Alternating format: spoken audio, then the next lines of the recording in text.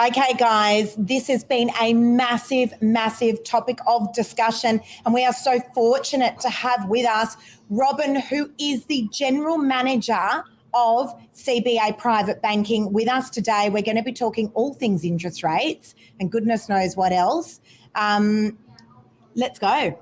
Are we getting straight into it, or were we doing an intro? I just want to say what a privilege this is, because it's such a privilege. It is, because on the edge of everyone's lips is they want to hear from, not the newspapers. They want to hear from people in the know, that are connected to the community, that are connected to banking, that have just got all these. And this is one amazing lady. I call her Madam President. She's one. Well, I called you the Queen before, Robin. We changed that, but I said you are a queen. Madam President. The questions that we've got are really exciting, and hopefully they represent what people are thinking at the moment they want to ask you. So hopefully we'll get it right. So thank you so much for coming on today. Thank you. My pleasure, Lisa and Mark. Look, it's a topic on everyone's minds. It doesn't matter if I go to a barbecue or if I'm in a formal meeting, what is going to happen? It just feels like, things are so volatile out there in different ways. So just delighted to be here and have an open conversation. Thank you so much. So let's get straight into it, Robin. I want to know what is going on with interest rates. And of course, everyone wants to know, where are they going to end up? So what does your crystal ball say to us? Well, our central opinion is that we were anticipating a cash rate of 260. We're at 175 right now. We do believe we will get there, and that we're on track to that. I'm saying not unfortunately, but that's our forecast. We're still holding by those forecasts. Now, this morning I was talking to our senior economist, Belinda Allen, just around some information that she was sending me. And she talked about, the risk sits high if we have a terminal rate. And I said, what's the terminal rate? And that is obviously below what we forecast on the information, which would be about 2.85%. Okay. I think one of the key things is we're so used to in this country, interest rates go up and interest rates have been going down for 10 years, is that, I think in the future, we're actually going to see a lot more volatility in rates, slightly going up, slightly going down, because we've got these variables called employment, and we've got inflation. We've got these three factors that are coming to us at the same time. Yeah. So look, for people who really don't understand, I mean, I'm sure, we've got people that are watching or going to be watching. Why the interest rate increases? Can we explain that to, the people that just truly don't understand why we're seeing these interest rate hikes? Yeah. So the RBA have a targeted inflationary rate. That's about obviously keeping the cost of certain goods and services within sort of affordability. Our inflation, obviously right now is projected at roughly about 6%, peaking in Q3 at 6.5% is what we anticipate. Now, the targeted sort of inflation rate is to be sitting about between 3% and 4%. So we are well above where we want to be. Okay. And interest rates is one of the quickest ways for government to pull a lever, and the RBA plays an important role in that, because interest rates, most of us have mortgages, and it's considered to be the quickest lever as we obviously think about other broader fiscal policies. Now, in Australia, when we look at obviously the cash rate at 2.6 and you compare that to other countries like the US, which are pulling that lever harder to reduce their inflation, the reason that, we go, well, why aren't we at 4% is it all comes back to sort of the leveraging that we have across property and household income and ratios. And, certainly in the US, the average debt to income household ratio is a lot lower. So they have to pull that lever a lot harder than what we do. And we're already starting to see the impact of, obviously the RBA decisions. We're seeing that in consumer sentiment. We're seeing that in home lending, building approvals. But one of the biggest drivers and access that we have is through our CBA card spending data, which comes out weekly. And that's a real live environment of, what are people doing? How are they actually changing their habits? And we're certainly seeing that, credit card spending is slowing. Okay, so that's good. Yeah, right. That's good. So the impact on the I mean, of course, we have to ask. We're real estate agents. The impact on the property sector, and obviously we see it from our perspective, and we're very happy to talk about that. But what sort of impact do you think it could have on the property sector? Yeah, so our central position was 15% reduction over the year. What we are starting to see, though, is that we think that will come forward. We see housing prices probably peaking at the floor in about mid-June, and then starting to rise again in the second half. So that's what our data is indicating at this stage. Okay. And look, for us on the ground, just for everyone that's watching, because we've got a real combination of people that are on here watching and that will watch, the property market is really all over the place. We've actually had a very busy week of sales, which is wonderful. Today, open homes were so quiet, weren't they? Yeah. They were really quiet. But good buy, like qualified, good there you people go. out That's there. what I just said off air.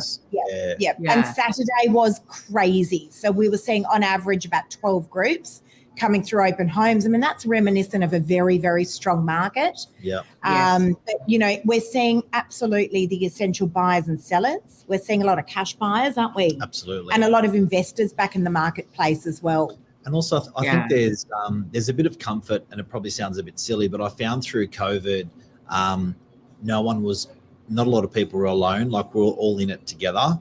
And I do find a bit of comfort with these interest rates that we're all in it together. A lot of people have a mortgage and are affected by interest rates. So I think there's something calming about that, just to know that, if it does get hard, it sort of gets harder for everyone. Everyone connects, everyone, gets together and knuckles down through it all. So I don't know, in a way, when that property market was going gangbusters, I was hoping it would be calmed down a little bit or slowed down. However, that was going to happen, and here we are.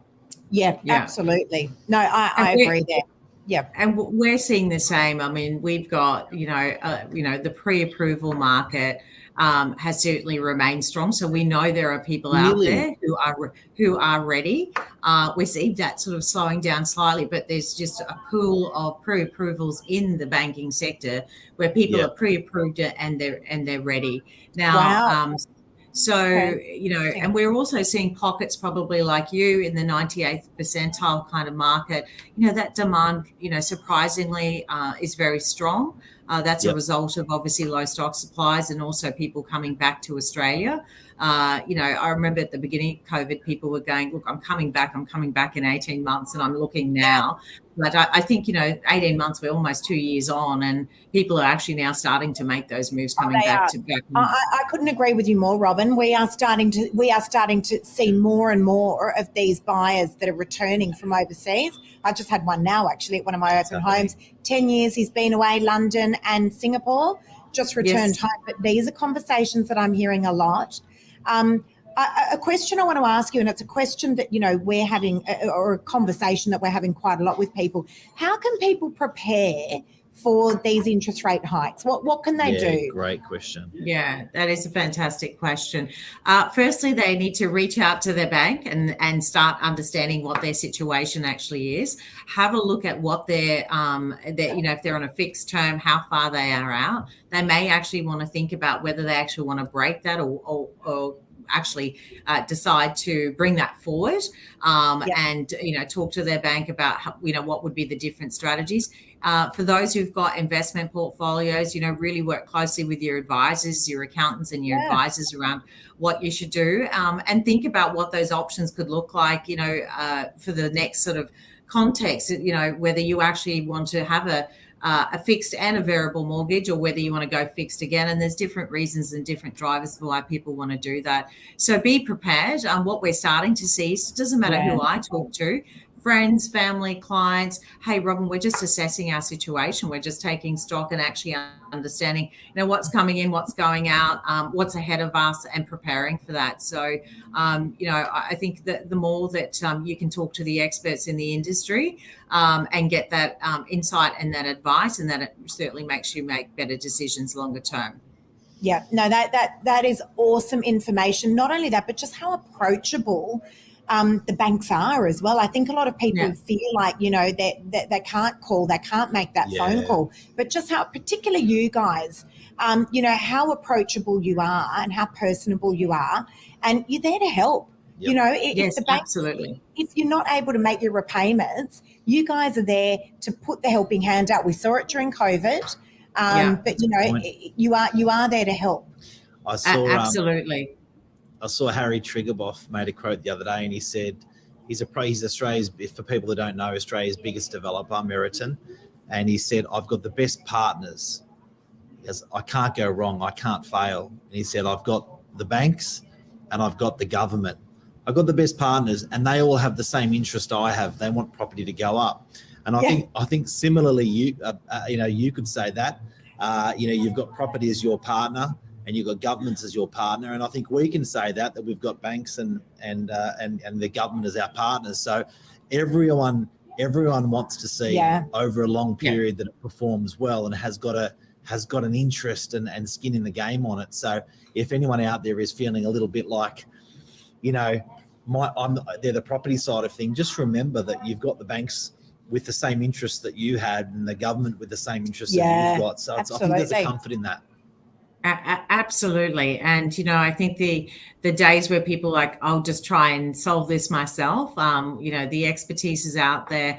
You know, all of our interest is to make sure, you know, families have viable futures, financial wealth creation, and reach out sooner. You know, that's what I would probably say. If you're not sure, just reach out sooner. Get the information and start planning towards that. And if you do need more assistance than that, well, we're there to help and hold your hand side by side and help you through this time. Yeah, no, I love that. I think that's a really, really important message, because we don't want people having sleepless nights. There has been more than enough stress that we've all had to deal with, right, over the last few years. We don't need any more. So, guys, that's a really important message from today, is that you can hear. This is, you know, Robin, head of CBA, private banking, saying if you need help, reach out to them sooner. And as I said, I think that's a really, really key message. Really key message.